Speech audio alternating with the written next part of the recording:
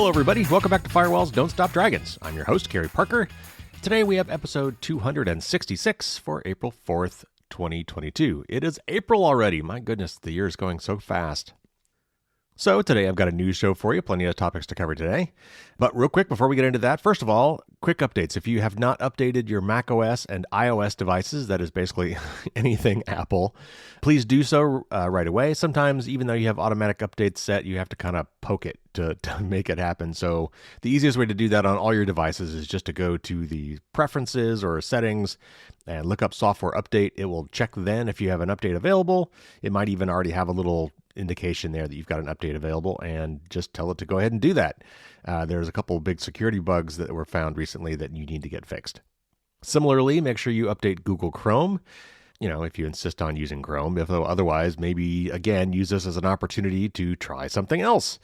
The Brave browser is probably the easiest way to migrate away from Chrome into something more private. It's very similar to Chrome. It's built on the same underlying web engine as Chrome, and the privacy settings are already very good right out of the box. Otherwise, Firefox is still my favorite personally, and something I really think we all should be supporting as the only non-Chromium-based browser out there that is still good about privacy. So anyway, update Chrome if you must use it. Otherwise, maybe use this as an opportunity to try something better. But before we go any further, the moment you're all waiting for, the announcement of the winners for the big 5th anniversary podcast giveaway. It went on for basically the month of March, and it ended last Friday. And I have randomly chosen the 10 winners, and I'm going to announce them right now. So the Tier 3 winners, there were 5 of them. And each person in this category will get a free PDF copy of my book and a 1-year subscription to Malwarebytes and StartMail. And those winners are Trenner S. from the UAE, Cassandra D. from Riverside, California, Bill Y. from Tokyo, Japan, Lacey W. from Missoula, Montana, Odin H. from Sebastopol, California. You have all won $125 worth of stuff. And next up, there were 4 Tier 2 winners, and this is worth over $300 worth of stuff. Again, a PDF copy of my book, 1-year subscriptions to Malwarebytes and StartMail, but also to the Priv app, a 1-year subscription to Fastmail, and a free Go Incognito course from TechLore. And those 4 Tier 2 winners are Piyush K. from Mumbai, Warren F. from Garden Grove, California, David M. from Madrid, Spain, Jaime F. from Leoa, I think I pronounced that, Spain. All of you have won the Tier 2 prizes. Now, that leaves one grand prize winner. This is over $600 worth of stuff. It had to be somebody in the United States because there's a lot of books in here and they're heavy and would be very expensive to ship worldwide.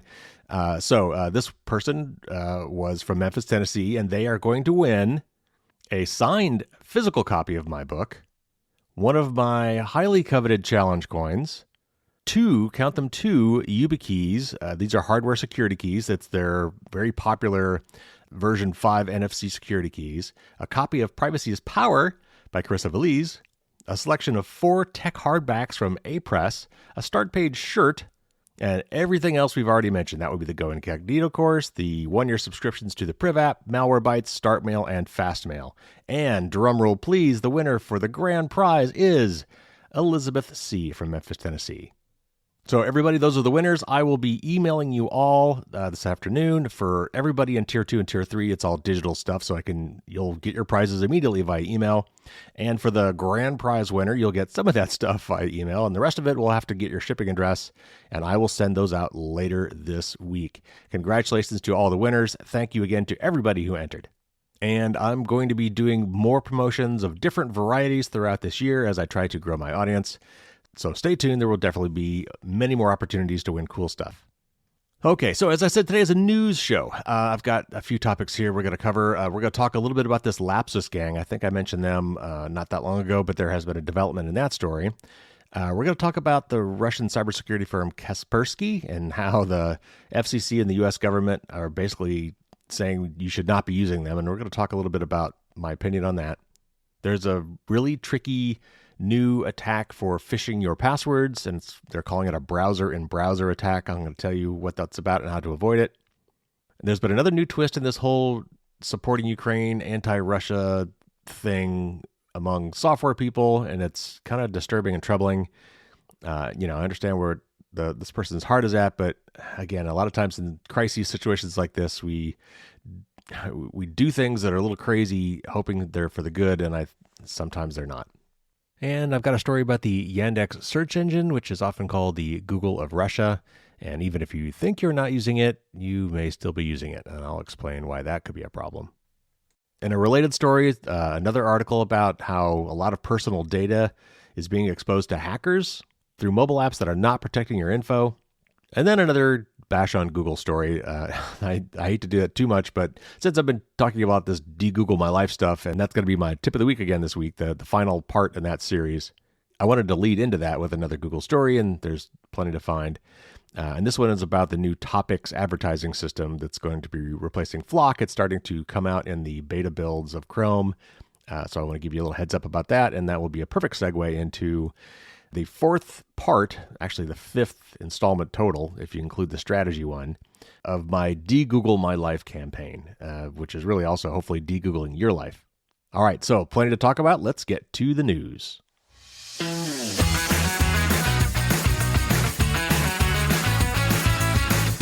All right, first up, there's been several stories in the last couple weeks about this gang called Lapsus. That's Lapsus with a $, an extra $sign at the end of the name. This brazen group has done lots of bad things over the past few weeks or maybe a couple months, some of which I know we've already talked about. But there has been an arrest around this that some are saying is from this gang, and yet we're not so sure. So let me read this article from Naked Security, and this was posted about a week ago, and there have been other developments since then, which I'll talk about after I read this. And it says, "You've almost certainly heard of the Lapsus hacking crew." That's Lapsus, Lapsus, which is as good a Latin word as any for quote-unquote data breach, followed by a $sign.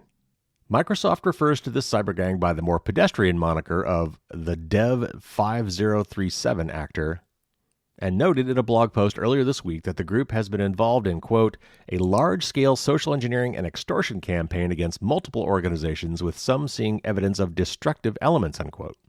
Microsoft itself was one of the companies that Lapsus managed to compromise, allegedly making off with gigabytes of Microsoft source code.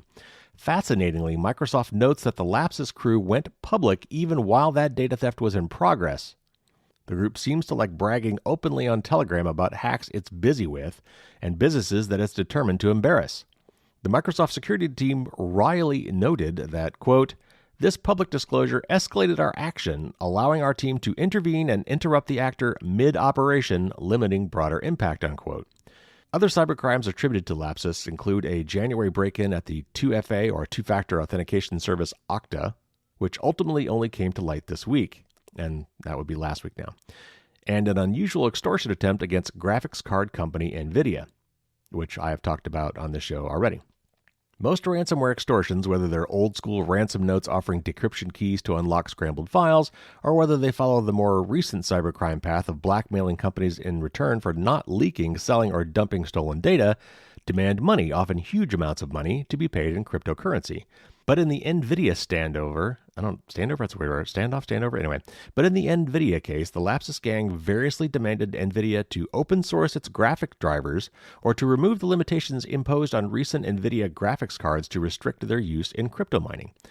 Tonight, the news wires are buzzing with stories stating that 7 suspected hackers have been arrested in the UK, with many headlines insisting that this is a Lapsus bust.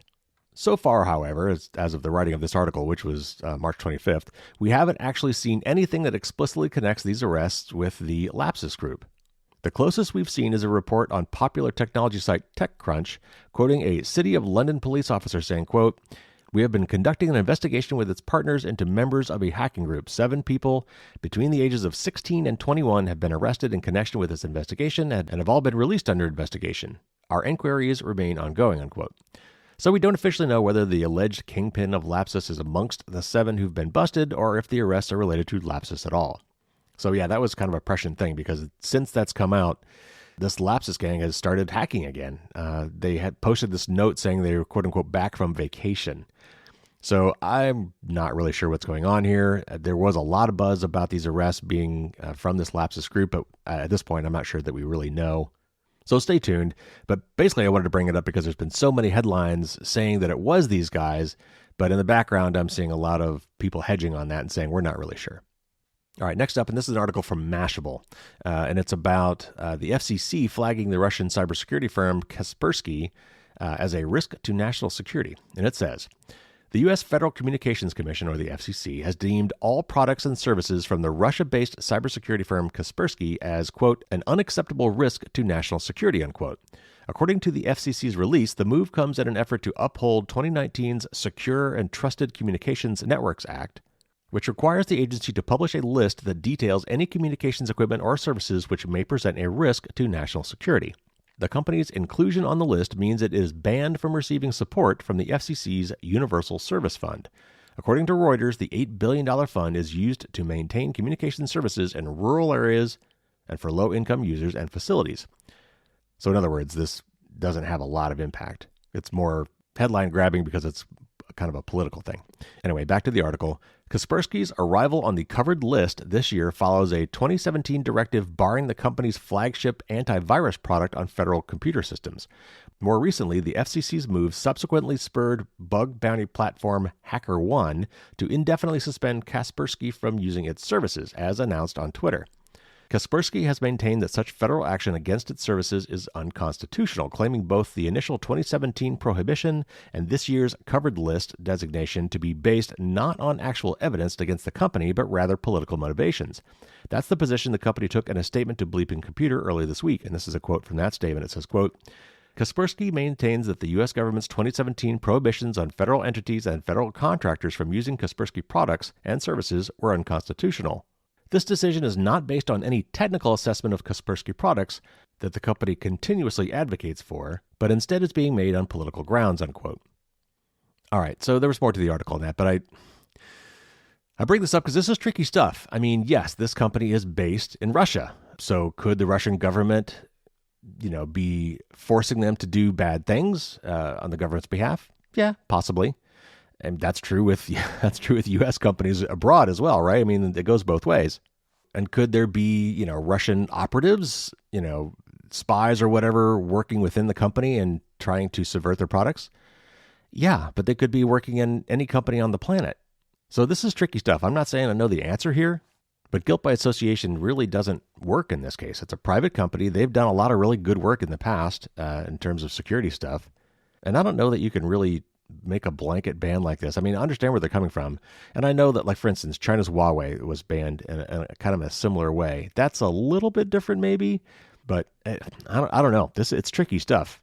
And of course, it could now go both ways. I mean, I'm not sure we're too worried about Russia banning our products at this point, but if China were to ban some of our products, that would be a big deal.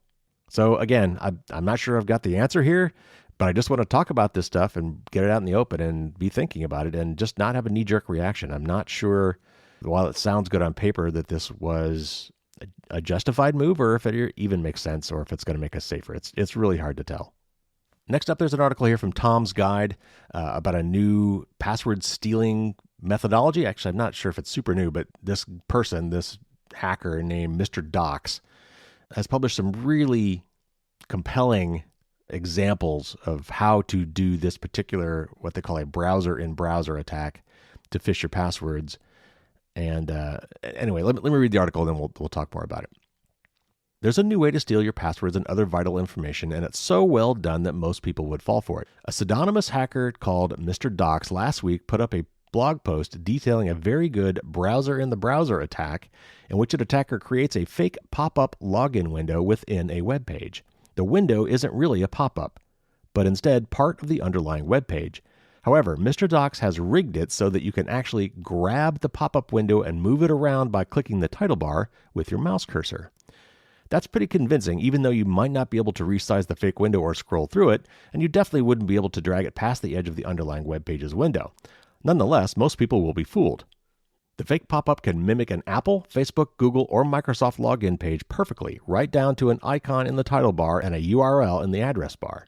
To avoid falling for this new attack, your best defense is to use one of the best password managers, which won't be fooled by a fake website, and I'll come back to that in a second. As mentioned above, if you're using a desktop browser, you can also try to resize or scroll the pop-up window, though it's possible that good JavaScript could replicate those actions. If so, try dragging the pop-up window past the edge of the main browser window. If the pop-up doesn't respond correctly, then it's fake. But that may be hard to do on a mobile browser. Fake pop-up attacks have been tried before, but they've generally looked terrible. Not so Mr. Dox's. This new attack takes advantage of the fact that so many websites use single sign-on or SSO services, whereby you can log into a website with a third-party username and password instead of having to create yet another account and password.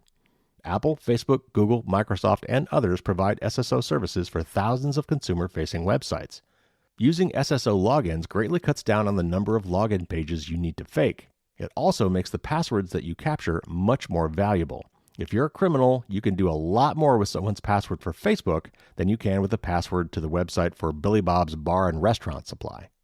All right, so there's more to the article than that, but that has the gist of it.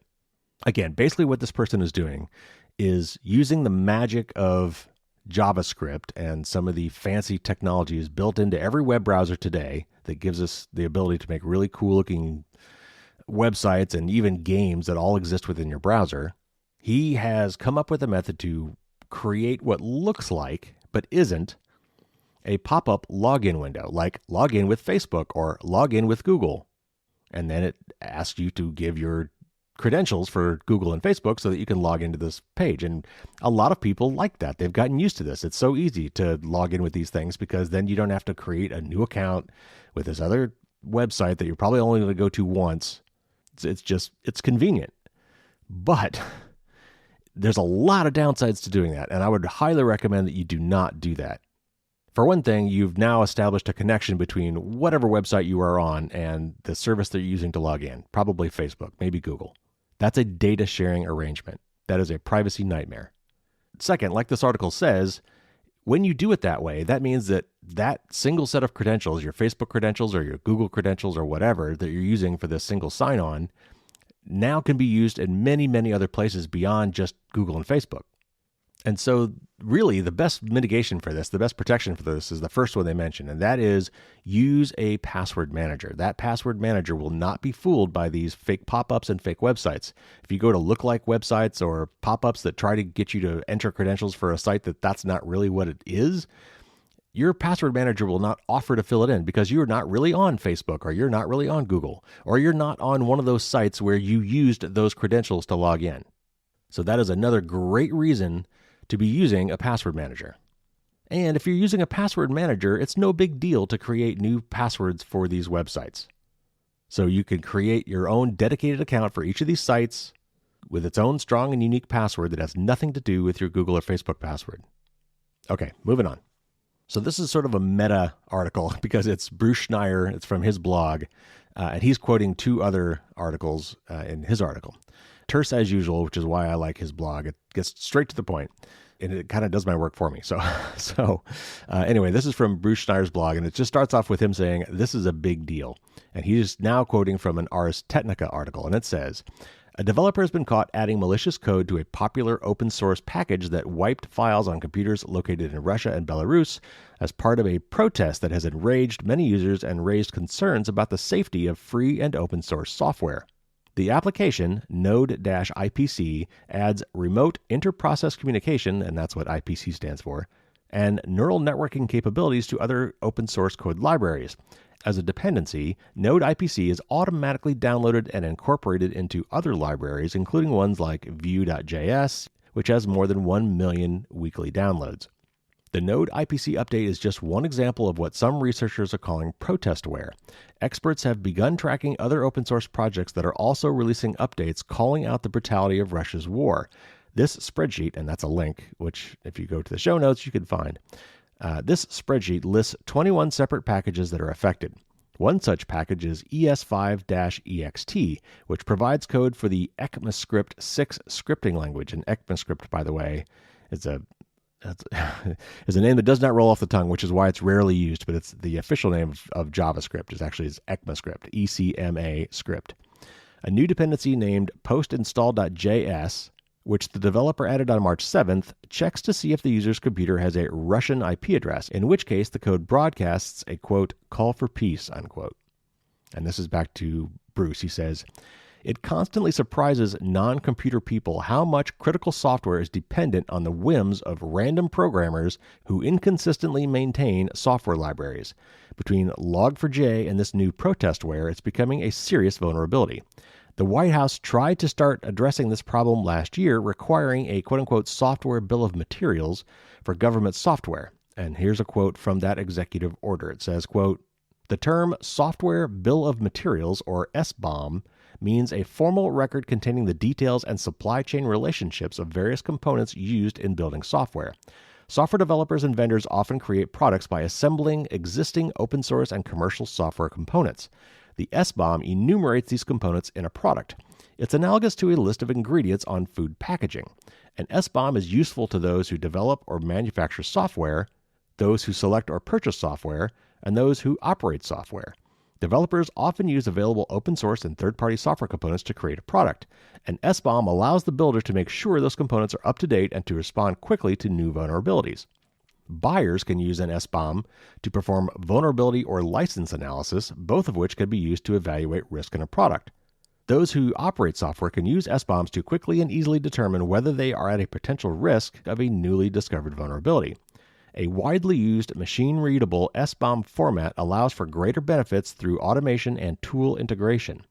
The SBOMs gain greater value when collectively stored in a repository that can be easily queried by other applications and systems.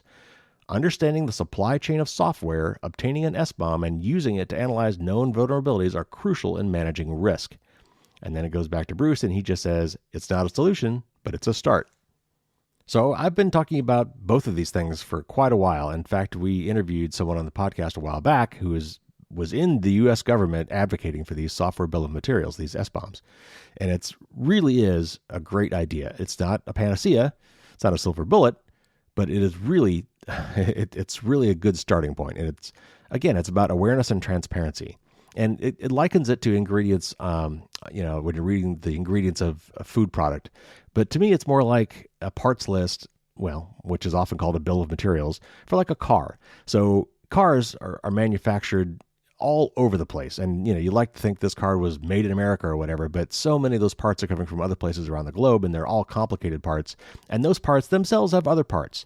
There's all these components, like an engine. There's a lot of components to an engine. You're not likely to buy an engine and all of that came from one company, or a transmission. And so it's not enough to know that, hey, I bought this transmission from this third-party supplier.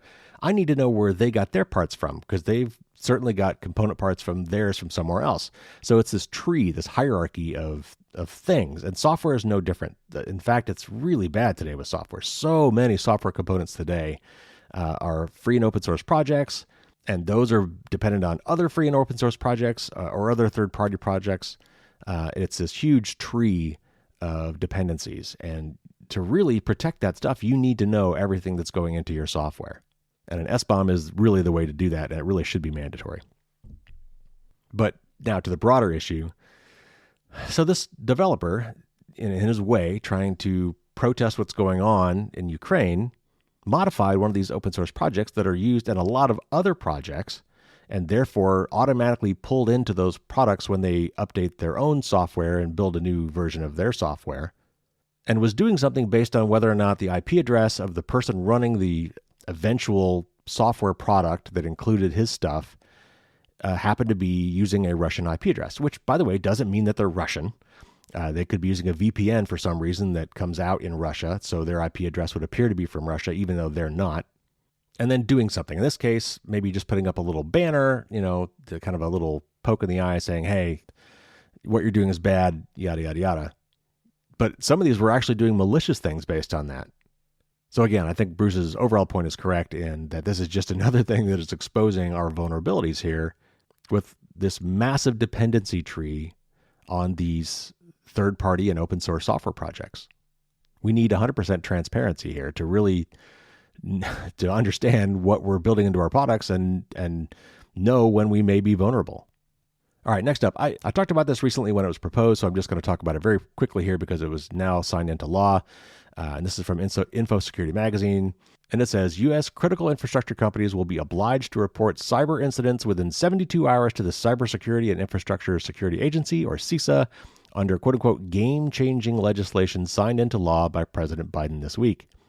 Covered entities will also be obliged to report any ransomware payments to CISA within 24 hours under the Cyber Incident Reporting for Critical Infrastructure Act of 2022. The legislation was drafted amid surging ransomware attacks and other cyber threats facing critical infrastructure organizations, exacerbated by the Russia-Ukraine conflict. In addition to deterring organizations from making ransomware payments, which, by the way, happen all the time and we're not aware of because they're not required to report it, the measures are designed to provide more intelligence into cyber attacks and threat actor plans. This, in turn, will assist information sharing between federal agencies like the Department of Justice and the FBI, helping ensure there is a standardized approach to dealing with critical infrastructure cyber attacks. The new reporting requirements will apply to organizations that fall within the 16 U.S. critical infrastructure sectors as defined by CISA. And I looked that up. That's some of the ones you would recognize certainly are chemical, communications, defense, emergency services, energy, financial, food and agriculture, transportation, water and wastewater, healthcare, IT, nuclear reactors, dams, and so on. These firms must report, quote-unquote, substantial cyber incidents, such as those that cause danger to the safety and resiliency of operational systems or processes or disrupts business or industrial operations. The Act requires that these reports contain various details about such incidents. This includes a description of relevant vulnerabilities, efforts taken to mitigate the attack, categories of data believed to have been accessed or acquired by an authorized person, I think that would mean unauthorized person, and any actor reasonably believed to be responsible for the incident. Organizations would also be required to supplement their information as, quote, substantial new or different information becomes available, unquote. Companies that fail to report cybersecurity incidents or ransomware payments may be issued with a subpoena by CISA. Now here's the kicker, last paragraph. The requirements have not come into effect yet, with the CISA director given 2 years to publish a notice of proposed rulemaking to implement the act, and 18 months after that to issue the final rule. So, as usual, it's a great idea, but bureaucracy always wins. This is not going to see the light of day for 3.5 years. That's ridiculous. I hope that they step up that timeline. That's dumb. All right, next up. This is from 9to5Mac, and it's about the Yandex search engine, which is a Russia-based search engine. But turns out it's used in a lot more places than that. So, and this article quotes an article from the Financial Times, which I would have loved to have gone to directly, but it's behind a paywall, so I can't. So anyway, this is 9to5's summary of the Financial Times article. So it says, a report today says that, quote-unquote, Russian Google, Yandex, is sending data harvested from millions of iOS app users to Russia, whether or not you use the company's apps. Laws there could compel the company to make the data available to the Russian government. Your data can be grabbed from a wide range of third-party apps, which use a developer tool created by Yandex. Developers save time and money by using the Yandex API App Metrica to obtain analytics data for their app, while the company gets user data in return. The Financial Times says that a security researcher discovered the code which sends data to Russia and that it has independently verified the claims. And this is a quote from the Financial Times article. It says, Russia's biggest internet company has embedded code into apps found on mobile devices that allows information about millions of users to be sent to servers located in its home country. Researcher Zach Edwards first made the discovery regarding Yandex's code as part of an app auditing campaign for Me2Be Alliance, a nonprofit. 4 independent experts ran tests for the Financial Times to verify this work. So now it jumps back and forth between the 9to5 people and New York Times. I'm just going to read this through. Yandex admits that it collects the data and sends it to servers in Russia, but claims that it is extremely hard to identify users from the information collated. However, experts disagree. Cher Scarlett, formerly a principal software engineer in global security at Apple, said once user information was collected on Russian servers, Yandex could be obliged to submit it to the government under local laws. Other experts said that the metadata of the sort collected by Yandex could be used to identify users. The security and privacy implications could be huge. Among the apps with App Metrica installed are games, messaging apps, location sharing tools, and hundreds of virtual private network tools designed to allow people to browse the web without being tracked. 7 of the VPNs are made specifically for a Ukrainian audience. Total installs of apps that include the App Metrica SDK are in the hundreds of millions, according to App Figures, an app intelligence group. We already know from attempts to circumvent apps' app tracking transparency privacy requirements that a vast range of innocuous-sounding data can be combined into digital signatures, which can be tied to individual devices. The same approach used by websites can be used by app APIs. All right, so real quick, I want to go back to the VPN thing, that statement about VPNs being used to prevent you from being tracked. Yeah, they do. They give you a different IP address than your regular home IP address. That's all there is to it. It can't always prevent tracking, but what it mainly does is it prevents whoever your internet service provider is at the moment, whether it's your home ISP or your cellular ISP or the Wi-Fi network at the hotel or the coffee shop, from seeing what you're up to. But once you emerge from the VPN server out onto the internet, it's just like you've always been on the internet. And that can still be tracked. And if they're tracking you by anything other than IP address, they can still track you. VPNs have got to be one of the most misunderstood security and privacy products on the planet. But anyway, what the gist of this article is saying is that Yandex, like a lot of big software companies, like Google in particular, do analytics. And that is a very helpful metrics tool so that people using apps and websites can see how many people visit their site, where those people are coming from, how long they stayed on their site, what did they click on while at the site. These are all things that if I want to improve my website, I really want to know. But obviously, in the process of doing this, by giving away these free analytics services, they are inserting themselves into all of these apps and all of these web pages, and are gathering tons of data for their own purposes, usually marketing and advertising. But the side effect of all that is now you've got all this super juicy data on people and what they've been up to. And in this case, it's going back to a company that resides in Russia. And again, like I said with Kaspersky, that doesn't make them bad, but it does make them subject to Russian laws. And if Russia were to step in tomorrow, perhaps in a secret way that wouldn't be made public, to say, hey, we need all this data and you need to hand it over now or face consequences, they would probably have to do that. But it's the same thing with Google and other companies and Facebook, right? I mean, all that data they're collecting could be possibly demanded by whatever country might have jurisdiction in a particular case, but it's also ripe for hacking and stealing and abuse by rogue employees. So the solution here is to stop collecting all this damn data. All right, let's move on. Here's another article about data being exposed, and it's from a slightly different angle, however. This is from Laptop Magazine, of all places. I don't often read there, but I came across this article, and it says the following. As you casually input sensitive information into a cryptocurrency app, a dating service, or a shopping platform, you may assume that the folks behind the mobile applications are doing their part to protect your data. Obviously, if you listen to this podcast, you wouldn't assume that, but let me continue. But according to a new Checkpoint Research investigation, you'd be sorely mistaken. CPR released a scathing report exposing mobile applications for leaving their users' personal data unprotected and accessible to hackers. And by the way, if it's unprotected, then it's accessible to anybody, not just hackers, because it requires no hacking to get to. The most unnerving aspect of the investigation is that malicious actors only need one thing to pull off a data breach: a browser. During a 3-month research study, CPR investigators discovered that a whopping 2,113 mobile apps left their databases exposed and unprotected in the cloud. These apps ranged from 10,000 plus downloads to more than 10 million downloads. Some of the sensitive data CPR researchers spotted included cryptocurrency exchange information, healthcare token IDs, personal family photos, and more. In one harrowing example, CPR uncovered 50,000 private messages from a popular dating app. And this is a quote from CPR's head of threat intelligence and research, Lotem Finkelstein. Quote, "In this research, we show how easy it is to locate data sets and critical resources that are open on the cloud to anyone who could simply get access to them by browsing," unquote. Finkelstein added that malicious actors can access mobile apps' exposed databases in a few simple steps that involve searching public file repositories for mobile apps that use cloud storage services. Another quote from Finkelstein says, quote, "Everything we found is available to anyone.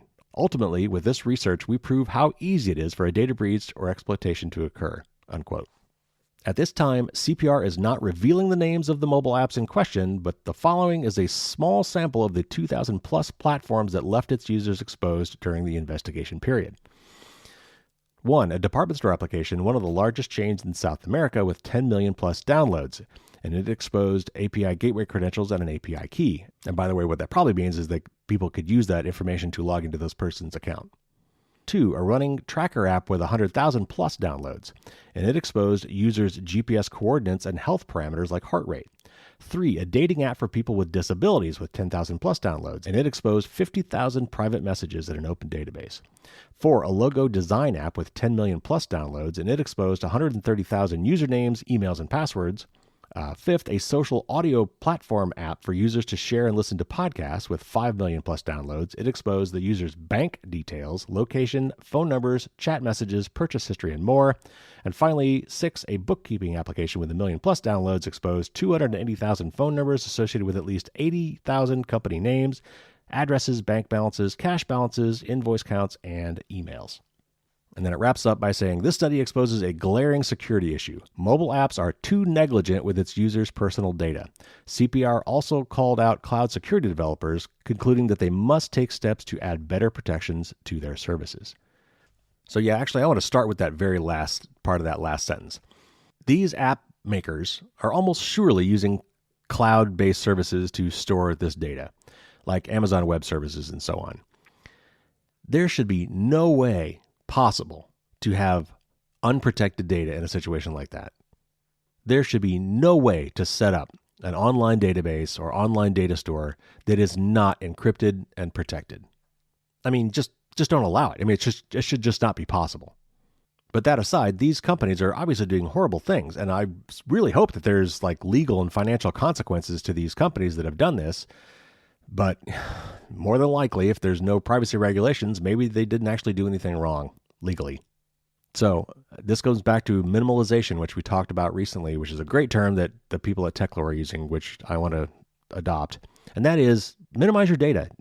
We can ask the companies to minimize your data, but they're not going to do it unless forced to. And so until then, it's up to you, us, to not sign up for services you don't need. And when you're done with those services, ask them to delete all of your data and close your account. And then hopefully they'll do that, though, again, they may not be legally required to. And then that data is just not there. And obviously, at the get-go, don't give up more information than you absolutely have to. And in situations where you can, give dummy information. Lie. All right, last article, and then we get to the tip of the week. And this is from Ars Technica. Google is on a quest to kill the third-party web cookie, which is often used by advertisers to track users for targeted ads. Unlike other browser companies like Apple and Mozilla, which block third-party cookies outright, Google is one of the world's largest advertising companies. It doesn't want to kill the third-party cookie without first protecting its primary revenue source. Google seems to view user tracking as a mandatory part of internet usage, and instead of third-party cookies, it wants to build a user tracking system directly into its Chrome browser. Google's eye-roll-inducing name for this advertising system is the quote-unquote privacy sandbox. And on Thursday, and this I think was last Thursday, the company released its latest tracking solution in Chrome's nightly Canary builds. And I'll come back to what that means in a minute. The latest Chromium blog laid out the current timeline. It says, quote, starting today, developers can begin testing globally the topics, Fledge, and that's some sort of acronym, and attribution reporting APIs in the Canary version of Chrome. We'll progress to a limited number of Chrome beta users as soon as possible. Once things are working smoothly in beta, we'll make API testing available in the stable version of Chrome to expand testing to more Chrome users, unquote. And so, yeah, let me just stop real quick in the middle of this. So the Canary build, that's actually more like an alpha product. So this is a very, very limited release. It's kind of developers only and people who sign up for this. If you are using Chrome right now, you are not on a Canary build. In fact, you're also not on the beta builds.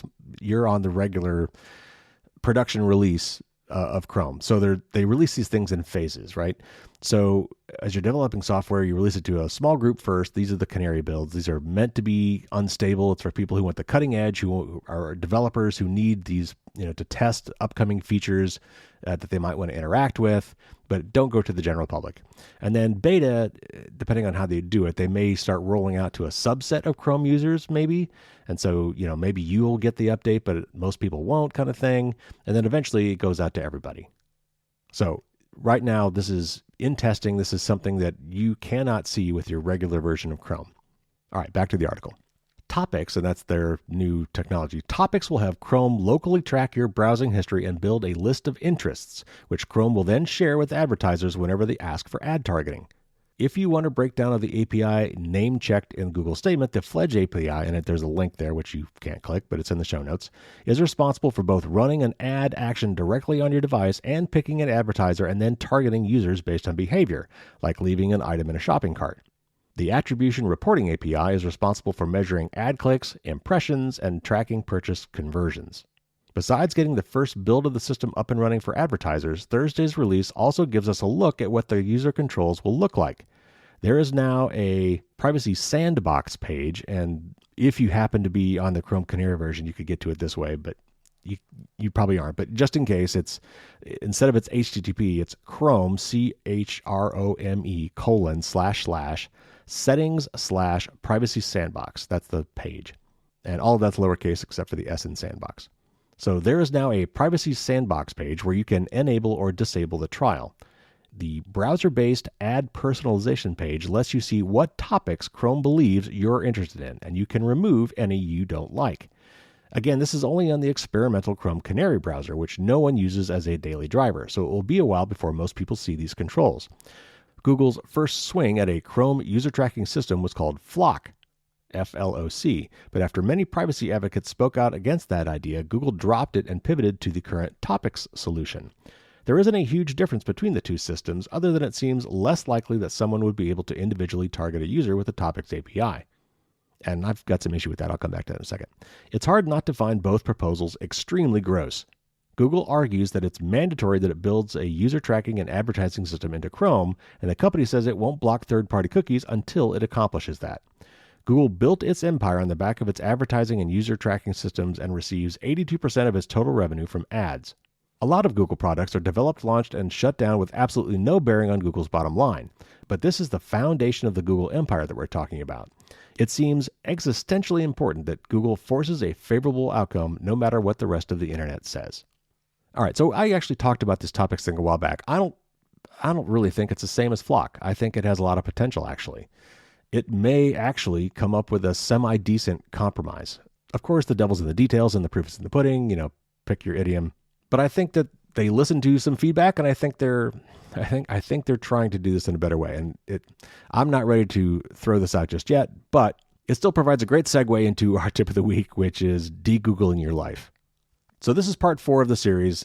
Actually, if you're really counting, it's part 5 because I had a strategy one that it's kind of part 0. This is probably going to be the last one in this series. I think I've covered all the major bases here. I mean, Google has a ridiculous number of products, but I think I've covered the really popular ones and the ones that are really worst about stealing your data. And there's 2 left that I want to cover today and as part of our tip of the week, and that is Google Drive and Google Docs. So Google Drive is a cloud drive. It's a place to store files, usually in a folder on your computer somewhere, or also possibly in some app on your device, on your smartphone. But at the end of the day, it's a folder of files, and all those files are synchronized behind the scenes through the cloud to all your devices. So you can have that same magic folder on multiple devices, and whatever changes in one will change in all. And it's all backed by some sort of a cloud service, some sort of cloud storage service, which means that Google, in the case of Google Drive, also has access to all of those files. And so Dropbox was really the original one in this category. They really nailed it. They weren't the first, but they were probably the best early on and maybe the most popular. And then everybody copied them. So Apple has iCloud, Google has Google Drive, Microsoft has OneDrive, and there's many other third parties that have entered this space as well. And what most of them have in common, certainly the ones that I just mentioned, are that while all of your data is encrypted in transit, as it's transferring to and from all your devices through the cloud, and while it's being stored on the cloud at Google servers, are all encrypted. But these service providers have the encryption keys. So it's like taking your stuff to a you store it place when when your garage is full and you need to store some stuff. But the you store it place has the key. So it's protected from everybody except from the place that's storing it. So in that sense, these things are all, very, very private from everybody but us. I've talked about this before, so I'm not going to go into it too much here, but I did a lot of research into this a while back. Dropbox was the one I had been using for many, many years, and it just got really pushy, and I started to worry about privacy when I realized that I couldn't control the encryption keys. And I did much searching, and I ended up going with a company called sync.com, sync.com. And what I love about sync.com is, well, first of all, it has all the same features. So it has the great same feature set that you're going to find in all these other systems like Google Drive and Dropbox. But it's private by default. Everything is encrypted, and crucially, it's client-side encrypted, which means it's encrypted at the source. So at your computer, it's encrypted. And by the time they get that information, they can't read it because it's encrypted with keys that you own. And these are keys that you don't necessarily have to manage yourself. The app takes care of that for you, but they're all kept locally on your machine, which means that some rogue employee at sync.com can't go sifting through your files. It also means that if served with a warrant, they can't cough up anything other than the encrypted files. So anyway, there are other ones like it. Tresorit is another one. There are other ones that are privacy oriented. If you go to the show notes, or if you go to my article on this on my blog, you'll find links to some other ones you could look at. But I want to throw out a couple other interesting options for you here.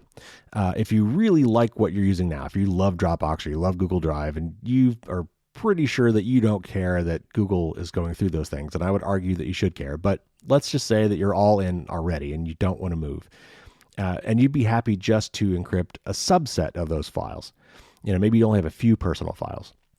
Well, there is a nice tool called Cryptomator, and again, there's links in the show notes to this, that will let you set up what's called a vault folder.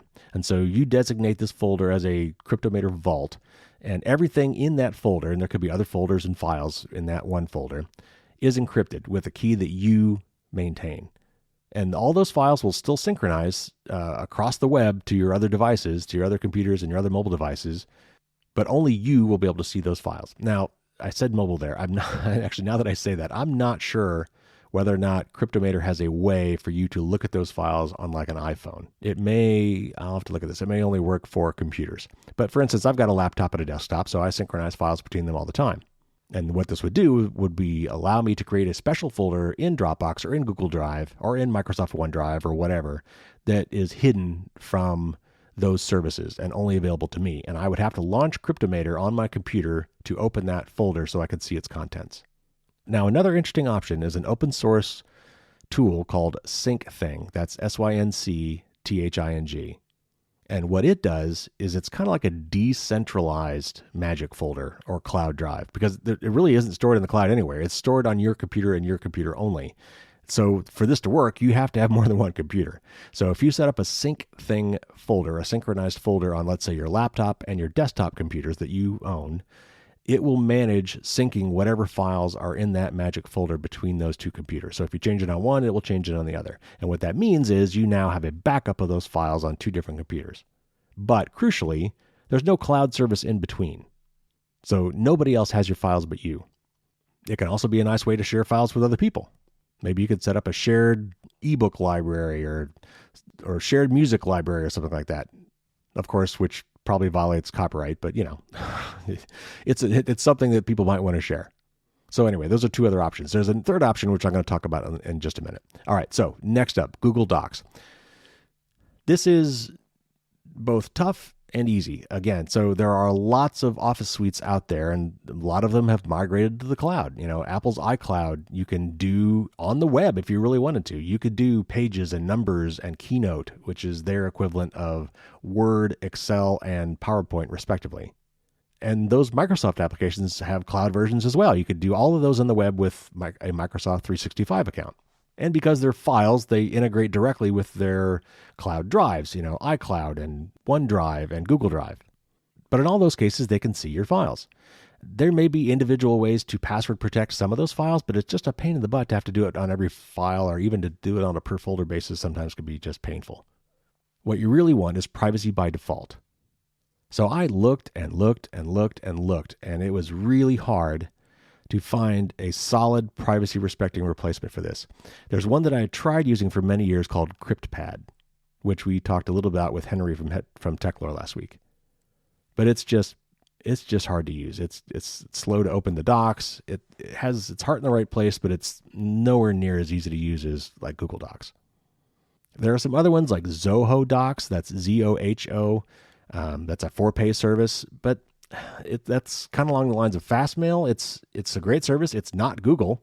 So if you just want something that's not Google, like, maybe going to Fastmail instead of Gmail, it's a paid service. They don't have any reason to mine your stuff for data, but from a privacy standpoint, they still could look at your data if they wanted to. There's another new service that it looks very promising called Skiff. That's Skiff, and it's skiff.org. Right now, it's kind of in beta. You have to sign up for it, and they only have a document editor. For instance, they don't have a spreadsheet or a presentation thing yet, or forms or anything like that. It's still brand new, but it looks really slick. It's very privacy-oriented. That's something that someday might be a great drop-in replacement for Google Docs. But the one that I ended up going with that I'm probably going to invest in is called OnlyOffice. And it's another cloud-based productivity suite, basically. It's got a spreadsheet thing, it's got a document editor, it's got a presentation editor, it's got a forms editor. You can share files with other people on the internet, whether or not they have an OnlyOffice account or not. It works basically just like Google Docs, but you can get perfect privacy. Now, the problem is, the way to get the perfect privacy is you need to host the server yourself, which means you need to be your own cloud provider. Now, that may sound impossible, but it's actually never been easier to do this today. And yet it's still not for the faint of heart. So I am doing this because I'm a tech guy, I'm a computer guy, and I can make this happen. I am hosting my own OnlyOffice instance in a cloud-based Linux server that I control completely. And I used a company called Linode or Linode. That's Linode. And there are other ones like it. There's one called DigitalOcean that does a very similar thing. And for like $7 a month, which is $5 for the server and $2 for backup, I can run my own Linux-based server up in the cloud that they manage for me in terms of making sure it's available and up at all times. And then I can run whatever software on there I want. And they can get into it, I guess, if they wanted to. But if I encrypt the files, it won't matter. Now, you can also have OnlyOffice hosted for you, and now you're back to the trade-off between who you're going to trust. But again, it's not Google, and you're paying for these things, so they shouldn't have to mine your data. So you can pay them to host this for you in a cloud instance, and it's a private instance just for you, and you have ways to password protect the files if you want. So that is another way to go. Now, this all brings me to this one other wildcard, and that's called Nextcloud. So Nextcloud is like a step above OnlyOffice. In fact, Nextcloud has OnlyOffice as one of its many, many plugins. So Nextcloud is another way that you can host something in the cloud yourself and have complete control over it, and therefore maintain that privacy. But you have to host it yourself, like we just did with OnlyOffice, or you've got to go to a trusted hosting provider to host it for you. And Nextcloud has a bunch of plugins, one of which is OnlyOffice. So it does the Google Drive part in that it's a cloud-based file storage thing, but it also does many other things. You could do email with it. It's almost like a real full-tilt Google replacement, like on many levels. But these are not for the faint of heart. Again, you still have to trust the hosted provider unless you're willing to do it yourself, which is not easy to do. So I'm bringing it up in the sense of completeness. So bottom line, I guess what I'm going to recommend here is if you want to get rid of Google Docs, first of all, just use anything other than Google Docs. I probably wouldn't use Microsoft Office 365. I'd be worried about privacy there. Apple's iCloud suite is probably pretty private. Again, they're not a company that is based on advertising revenue. Microsoft shouldn't be either, but they're doing a lot of shady stuff on some of their products to mine your data. So using Apple's iCloud stuff in the cloud for storing documents and working on documents in a web browser, kind of like Google Docs, is okay. But check out OnlyOffice and check out Skiff. And if you need the cloud storage part as well, and you don't want to use sync.com for some reason, you might look at Nextcloud and have some hosting provider pay them to host a Nextcloud instance for you. And as part of that, you can install OnlyOffice and get all these Google Docs features. So you can see why I saved this one for last, because it's not that straightforward. There are other solutions you could use, like Zoho Docs, like I said, or CryptPad. So there are other options. And the main thing here is to de-Google, to reduce your Google footprint. So those are some other options for you. So there you have it. There is your final de-Google My Life installment and your tip of the week.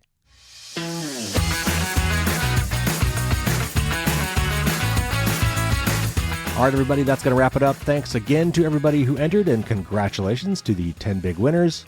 Again, I'm going to be doing more promotions throughout the year as I want to try to grow my audience and reach more people. So there'll be lots of more interesting things, so stay tuned. Next week will be another interview show, and I think I'm going to end up doing the one from the Tech Learning Collective. And these are great guys with very interesting stuff. But I've got so many interviews in the hopper. There's a lot of great stuff coming down the pike. So that's going to do it for this week, everybody. Take care out there, stay safe, and as always, until next week, don't get caught with your drawbridge down.